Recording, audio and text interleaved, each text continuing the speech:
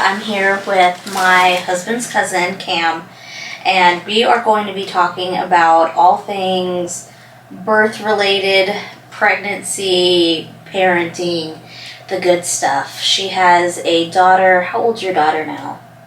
The oldest is 7. Yeah. And the youngest one is 8 months. Yeah, so she just had a baby, and she's been doing it for 7 years, raising her 7-year-old, so she has some experience. By this time, I would consider her a professional. Well, thank you. Having a 4-year-old, a 2-year-old, and then I'm now pregnant with my 3rd. And, I'm 35 weeks. I'm going to be going into labor pretty soon. People say you're full term at like 37, but I always go to 40. So, when did you have your youngest daughter? January 2018 at 40 weeks and 6 days. Oh, wow. So almost 41 weeks. Yeah. Yeah. See, I feel like so many people go past their due dates, and everyone always wants their baby out early. Like, they always want to go into labor early or get induced early. But I feel like most people that, wait to go into it naturally always go past their due date. Yeah. It's so common. I think that's why it's so crazy when hospitals want to induce you early, just because, they just want to rush it. Yeah. Oh, I ate something really spicy tonight, and so I'm having, Braxton Hicks now. And I never had Braxton Hicks with my first 2 pregnancies, but, my stomach's just it's tightening right now. I'm so excited I'm actually really excited for the future and, labor and everything to do with having another child and just giving birth. This is going to be my second time, hopefully my second time giving birth vaginally, because I had a C-section with Ignacio, and then I had a VBAC with my second son, Kyle Jr., so I'm hoping for another VBAC. Yeah. The C-section was so traumatic. So how does you're with a doula? So I have a doula, and then I have a midwife. A midwife would be what most people would be their OBGYN. Yeah. Their doctor, and a midwife is basically the same thing. I'm not exactly sure what the difference is, besides the doctorate degree, because the midwife delivers babies. She's delivered just as many babies as, a regular doctor, and I consider my midwife is, I think, even more knowledgeable than the doctor that I had with my first son. So, I don't know exactly what the difference is. Because I did the midwives too with both mine. So the difference is, I don't know if I'm going to explain this well, but from what I understand, midwives speak up a little. Oh, so the midwives, they have different practices, approaches. So for example, how the doctors, they like to rush things, get everything going. The midwives, I'm moving this a little like this. It's fine, you can keep talking. Does this go up a little? No. So the midwives, they have more of a natural, holistic approach usually. They don't like to rush things. They teach the women how to listen to their body, and they have a more natural approach. Yeah. That's what that's the difference I noticed with my having an OB and then having a midwife. And I'm so happy with having a midwife. I would definitely take a midwife over a OB any day. And I never saw a doctor at all with Kyle Jr. They said that the doctor might come in to help deliver the baby. And at the hospital, the doctor was busy delivering other babies, so I had midwife, a doula, and then a nurse was there, and that's all. No doctor whatsoever. So was it an actual birthing center, or was it in the hospital? No, it was a hospital. Oh. Yeah, it was a full hospital. I had an epidural. So just like the best of both worlds, in my opinion. Yeah. The best of like having the medical side and medical intervention, but the good sides of being holistic. Because oh my gosh, I have no desire to have a natural birth, not even a little. Labor's so painful. It is. I mean, I never got an epidural with either. Oh wow, you didn't? No. Why? I am so scared of that big needle going in my spine. Oh my gosh, I never even looked at it. Every epidural I haven't looked at it. Just seeing the diagram freaked me out, and I know that generally it's like a little, like it's not a big space, and I'm like, you miss it. And I've heard so many like horror stories. Like one mom said that like the whole upper half went numb and like none of it, so she ended up doing natural anyways. Like one, like it was like half. I have heard horrible horror stories about it. Yeah. But I have not had that experience. I had a great. My epidural was great with Ignacio, worked wonderful. And then my epidural with Kyle Jr. was amazing as well. So I haven't, and I also hear like, oh, like long-lasting back pain. I haven't had any of that either. That's good. So I just haven't had a bad experience with them. And it's been good. But I do know, like, if you're someone who's really scared and you're squirmy, probably not the best idea. Yeah, I was too scared. But I have a high pain tolerance too. So yeah, I just wanted to do it all natural. That's amazing. You deserve a trophy. Thank you. Because people are always like, you don't get a trophy for doing it natural. I'm like, well, you freaking should. Yeah. Yeah, someone give those women a reward. Give them a cash prize right now, because labor is so incredibly painful. it just is. Yeah. I've seen some people, I was talking about it earlier on my TikTok about how painful I feel like it is, and someone's like, you're just being dramatic. No, it's very painful. Yeah. Like, good for you if you did it natural, but let's not pretend it's not painful. Yeah. Because epidural or not, it is. Yeah. Well, and I feel like even just being like, well, I did it natural, it wasn't that painful, it really does take away from the women that do it natural like you, that are like, no, I was in an extreme amount of pain, I'm just a superhero and fought through it, you know? And it's like, it is something that is so incredibly, painful. People compare the pain to like, equivalent of like having your bones broken. Oh, I've never broken a bone. I've never broken a bone either, but I imagine. Yeah, I never had that mindset, but I do. After this last pregnancy, I was really constipated. I don't remember being constipated with my first one, but yeah, it reminded me of not to that extent, but it was like, yeah, gave me like little flashbacks of popping off the baby. This baby's really constipated. Because you do feel like you're pooping. They do give you stool softeners usually after you give birth. Yeah, and for some reason I was like, no, I'm good. And I passed it up. No, I went back and was like, I need some. Yeah. The first poop after you give birth is always crazy. Yes. I don't remember that with Andy. It was like 7 years ago. I mean, I do remember the postpartum bleeding though. Like with Andy, it was completely different than this one, because the second one I was in the hospital. With Andy, my first one, I was in the birthing center. Oh wow! And if you aren't high risk or anything, like labor went good, they kept you for 4 hours max. Oh wow, that's really cool. And then the longest that they would keep you was like 8 hours. Oh my gosh, then you went home. That's really cool, actually. Yeah, it was. Although I wish I could have slept a little bit more, because they kept me 8. I should have stayed for 4, but I was so exhausted. The midwife, the nurse that was talking, I was like, Mom, I hope you're listening, because I didn't hear a thing. That's so crazy. I would love to be at a birthing center, but I need the epidural. I can't do it natural. I mean, I guess I could if I really friggin' had to, but I have no desire to do it natural.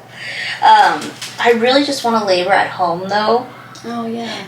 Naturally as long as possible, and then till I can't freaking take it anymore, and then I plan on going to the hospital, getting the epidural, having the baby. With Caggiano's release, they keep you a minimum of 24 hours. Right.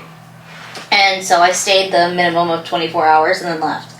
And I just think it'd be awesome to be able to leave sooner, because obviously, like, I want to be home with my kids. Yeah. And so I would love that, to be able to only be there for like 4 hours, 8 hours, something like that. But well, the difference that I enjoyed with the second one was the being there. They told me I was going to be there for like 48 because I had gestational diabetes, so they wanted to make sure that Rosie had her sugars controlled. Well, anyways, them pressing on the stomach, like pushing the blood out, like that helped me so much more going home. Because like the first at the birthing center, they didn't do that. So it was a lot. I didn't like it. It really freaked me out, especially for like being a first time mom. I was like, because they talk about like the clots and yeah, you're just like, what's normal, not normal, like especially for your first one. I feel scared. like your first kid, you don't know what's normal, what's not normal, what to allow, not to allow. Yeah. I would have done so many things differently with my first. Oh my gosh, I would have done so many things differently with my first. And I actually had a feeling that I should change doctors whenever I was like 16, like I think I was like 20 something weeks. And I had told Kyle, I really, really think that I should change doctors. And he was like, do it if you want to. But I was like, you know what, I'm probably paranoid. I don't know anything. It's, you don't know much. And now I wish I would have gone to a different doctor. You thought it was like first mom anxiety? Yeah, I thought it was like first time mom anxiety. Now I'm like, no, that was definitely, my gut and him not being a good doctor. Which was crazy because he had been practicing since the 70s. So he kind of like gaslit me like, oh, you don't know what you're talking about. I've been delivering babies since the 70s. Yeah. And, we're in 2020 at the time. And so I was just like, well. Oh, yeah, you had a COVID baby. Yeah, I had a COVID baby. No one was in the delivery room. They, had you wear a mask. It was so miserable. Oh. Horrible. Hated it. So I'm just glad this one I've had a lot better experience. And now with this baby, I really am looking forward to it. And even though I know labor is going to be painful, I'm actually really excited about being in labor and going through the process again, just because I know what to expect. And I don't know, I'm just excited to do it. And I think that mindset's going to help me go through labor a lot easier. And they say labor gets faster every kid. I think it depends. That's what they say. They say, the baby comes faster each, pregnancy, so. Maybe if they're, closer together. I know I had, a 6-year difference. Yeah, 6-year difference. I don't know how that works. Yeah. But, so I'm hoping that it's going to be a quick labor and that it'll be good and that I'll enjoy it. It will. I actually am excited, and before I was really scared, and this one I don't feel scared. I'm looking forward to tackling that mountain. Oh, that's good. Yeah, I feel good about it. The raising of kids, now that's something else. How are you liking? Because you're pretty much starting over after having now a 7-year-old and a infant. Yeah. How is that starting over? I think it's good. I have no objection. I just wish that Andy was so excited. She was so excited. She wanted to be little mama. Mom, I'm going to help you. I'm going to carry the bag. I'm going to change the diapers, feed the baby for you, do all this stuff. And she did really good in the very beginning. It was just this last couple months that she's kind of feeling like the baby's getting all the attention, and so I'm trying really hard to maintain both, and yeah, that's getting challenging, but Yeah, and she's at an older age now where she can more vocalize how she feels about it and stuff. With Ignacio, he was 1.5. He was a little over 1.5 when Kyle was born, and he was still breastfeeding. I tandem nursed them both. Because Ignacio nursed till he was 3, and Kyle nursed till he was 2. And Ignacio was just so happy to have a bro. Like, he has not shown, like, jealousy or feeling, like, left out. He adjusted really, really well, which I was kind of worried about because he was only 1. And, you know, like, he's still a baby himself. Yeah. But he adjusted so well, and so I'm really, you know, we've been talking to both of them now about, you have a little brother coming, and they seem really excited. They give my belly kisses, and they like talk to my belly, and I think that they're just so excited to meet their brother, so I think it's going to be good. Yeah. I think it's going to be really good, and I'm excited for it. Andy did this funny thing. She was a little shorter. She grew since then, but she would literally get under my belly and go shooty bop bop bop every time. That's funny. Were you ever, like, after your first one, having your second kid, were you ever scared that, like, you wouldn't love your second one as much as your first? You know what? I actually wasn't. I was not.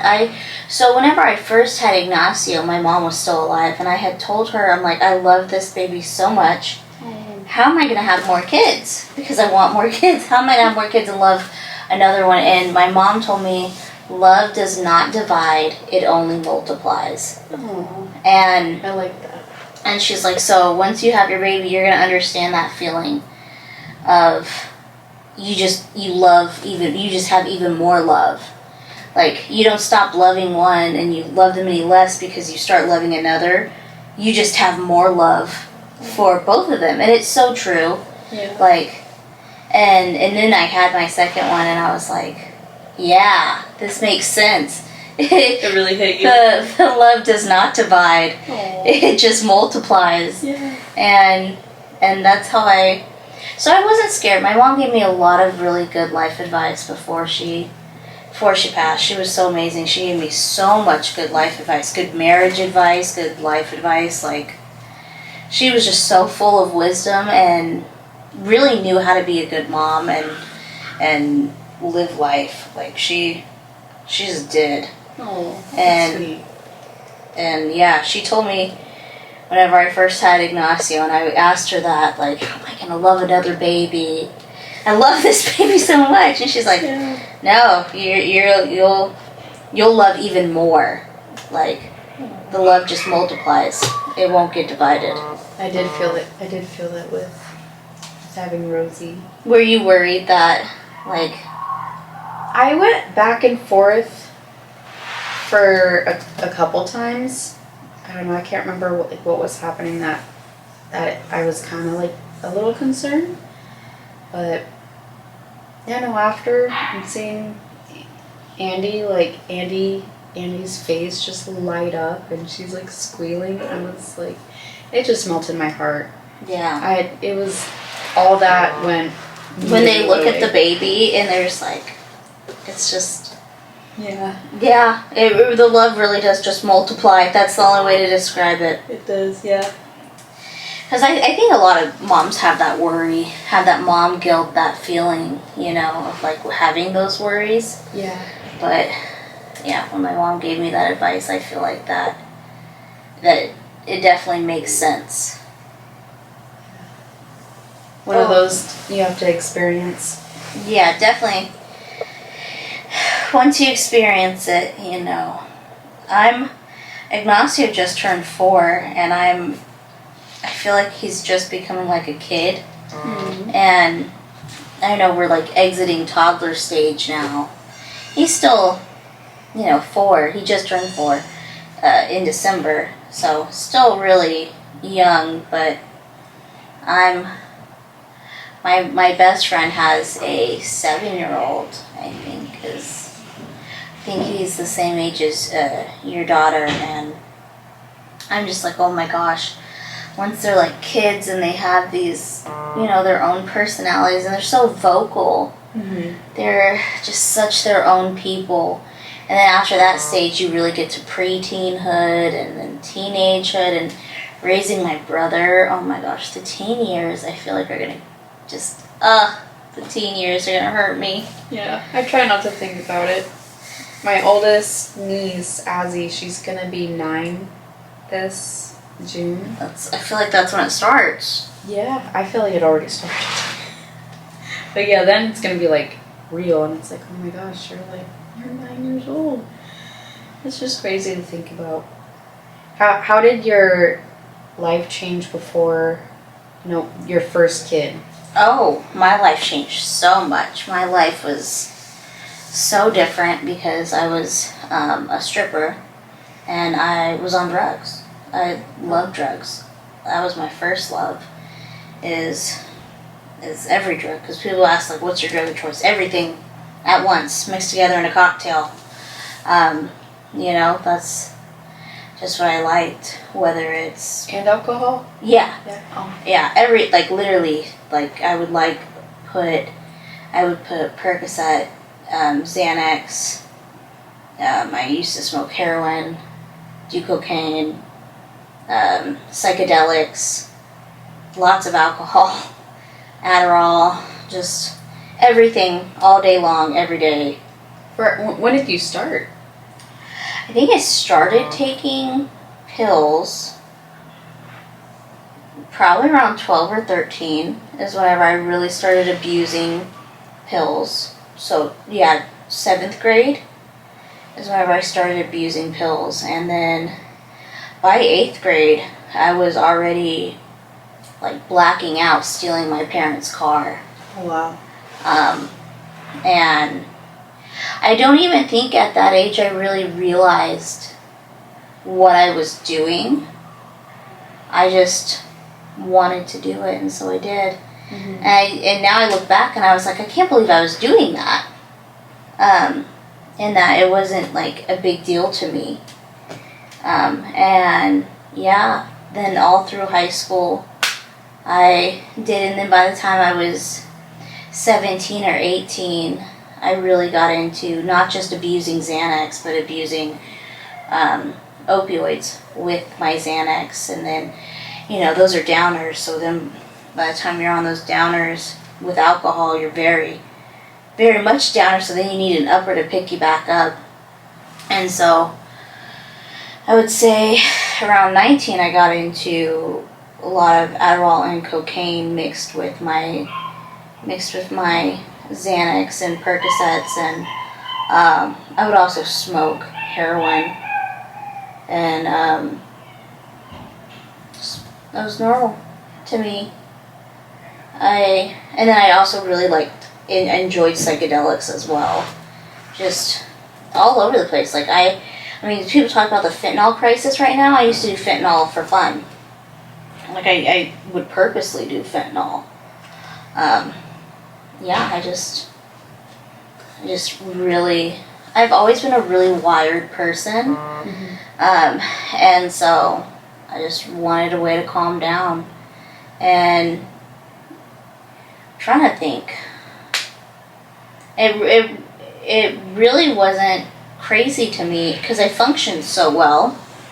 Kyle met me whenever I was using a lot of Xanax, smoking heroin, doing cocaine. He met me whenever I was doing that stuff. And when did you guys meet? Whenever I was 22. And I was still in active addiction. And he knew, but I don't think he knew the extent of how much I was using and how extreme it was, just because I owned my own car, I went to work, I was doing all these things normally and functioned very normal because I had been on it for so long that you just kind of learned how Yeah. Yeah, I would wake up and take, half a bar to a bar, a couple perks, I'd say do at least an 8-ball a day, maybe 2. And then I could drink almost a whole bottle of tequila. Wow. A day, all day long. And, in between Adderall, sometimes throw in a little bit of smoking, opioids in there, and it just wasn't anything to me. And so the only reason I got sober is because I wanted to have a kid. And I didn't want to go through withdrawals while I was pregnant because I was afraid if I go through withdrawals while I'm pregnant, it will put a lot of stress in my body and then I could lose my pregnancy. Yeah. And people say addiction is a disease, but for me it was a choice.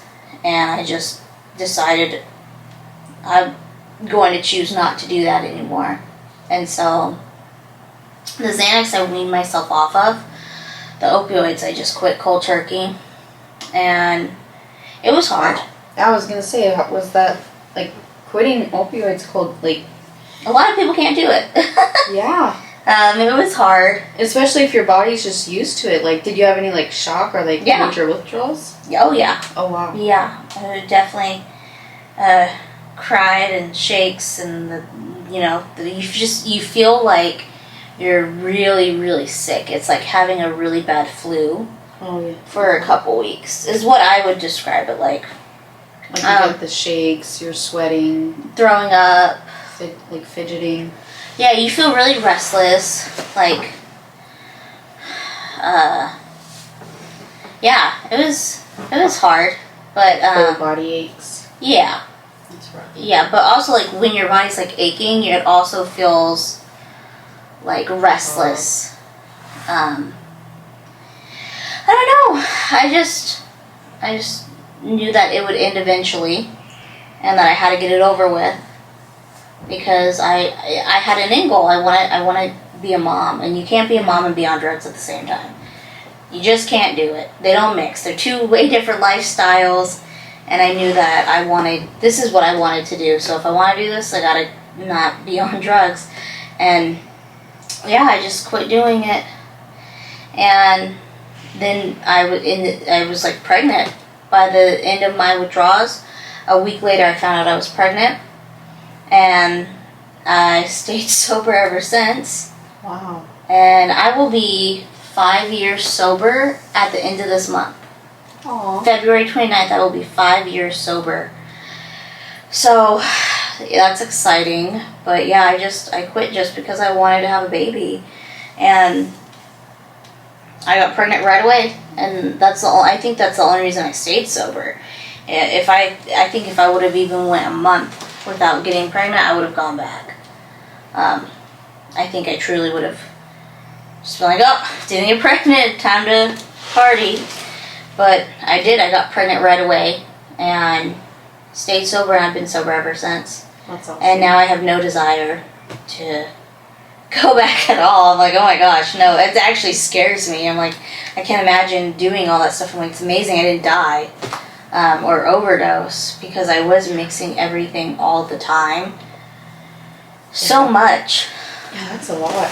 Yeah, I would just lay in bed feeling like I was vibrating all the time. Do you think that it was a underlining mental health that you had? Oh yeah. Oh yeah, for sure. I have really bad anxiety. Even now, I've talked about it with you a little bit last night. I have such bad anxiety, and I've had anxiety my whole life because of just the trauma, going through stuff with my parents being sick and constantly feeling in that state of worry and fear. And so when you just want a way to turn off all the thoughts, I just wanted a way to make my brain shut up and turn off the fear and to not care. Oh my God, just to not care. Kind of feel a little bit more normal. Yeah. And so that's really what got me into Xanax, obviously an anti-anxiety medication. My mom actually gave me it my first time whenever I was in 7th grade because I was having such bad panic attacks. She couldn't get me to leave the house and go to school. And I was just projectile vomiting from my panic attacks. Like, I would get in the car and throw up on myself in the car. Like, it was debilitating. And so she did it just out of the pure desire to help me. But as soon as I got that feeling of relaxation, and I wanted more. And then it just turned into more and more and more, and then that's all I want to feel, ever. Because you get really used to, that's the only way I know how to cope. And, now I've been in therapy. I started therapy whenever I was like 13, and I did it for about a couple years, and then I went back to therapy whenever I was 21 and to like 22, and then I went back to therapy again last year and did that for about a year. So I've been in and out of therapy a lot, just my whole life, and I've learned better ways to cope, and like I said, I can't fear the future. I can't be scared, and I actually am not scared. And even if I was, I wouldn't say it. And having kids and being pregnant, I've actually, because you are fully sober whenever you're pregnant. Like, you're not drinking, not smoking, you're just fully there. Mm-hmm. And I actually really have enjoyed being fully present as a mom. And being fully present in life in general, and now I enjoy it, and I really have found peace in sobriety, and enjoying being fully here. But like before, I just didn't want to be here. Is the only way I could describe it. Is I just didn't want to be here. And your kids saved your life. Oh yeah, for sure. I always say that. Really, Kyle saved my life, because I wouldn't have even wanted kids with anyone else. I had been pregnant before, but I got an abortion because I was like, I don't want to be pregnant. I don't want to have a kid with whoever, whatever. The person I was with, I just was like, no. Wasn't right time, right? I felt no connection at all. Nothing. Even now to this day, I'm happy I did it. I feel no connection at all I felt no connection to that pregnancy. I was actually in a lot of pain. Mm-hmm. And whenever I went to the doctor to look at the pregnancy for the first time, because I took the pill. It wasn't like a late term abortion. It was like the early one where you just take the 2 pills and it passes. I looked at I felt nothing. And I was in so much pain, and they told me that I was going to miscarry anyway because I had no fluid. Oh. Yeah, wow. So it wasn't meant to be anyway. I had no fluid in the sac. And so they told me I would most likely miscarry anyway. And so I was in a lot of pain, actually. Amniotic fluid. Yeah. I was trying to think of it. Yeah, and I was in a lot of pain. And, didn't want it anyway. So I just decided to get an abortion. And even now I'm just like, that was one of the greatest choices I've ever made. I'm so glad I did that. And because it's crazy, because I feel like such a great mom. I feel a connection to these pregnancies the very freaking second like I conceive. And it's so weird because I'll be like 3 weeks pregnant and I'm like, my baby, and I just feel that love, and I really feel a connection, and I have such great pregnancies. But I just know with like my first one that wasn't it, and I just didn't feel it. And I know that if I wasn't with Kyle, I would not have the same mentality that I have now. I would not be the same person at all. That's how you know you guys are like soulmates. Oh yeah, definitely. We're definitely soulmates. My first pregnancy. Battery's about to die. Oh. Your first pregnancy, what? Sorry. I'm gonna put the charge. Are you able to put the charger on? No, we'll just wrap it up soon. My first pregnancy, I actually struggled a little bit. I was most scared with that first one, you know. And yeah, after I had her, I was like, my daughter is what changed my life, and I would not want it any other way. Children they're such a blessing. They are. It's the greatest thing I've ever done in my whole life. I don't know I honestly don't know where I'd be. Me neither. I'd probably be dead. But this is our mom chat. Hope you enjoyed this really intimate conversation between us. Oh, this was good. Thank you for doing this with me. I appreciate it. Thank you for having me.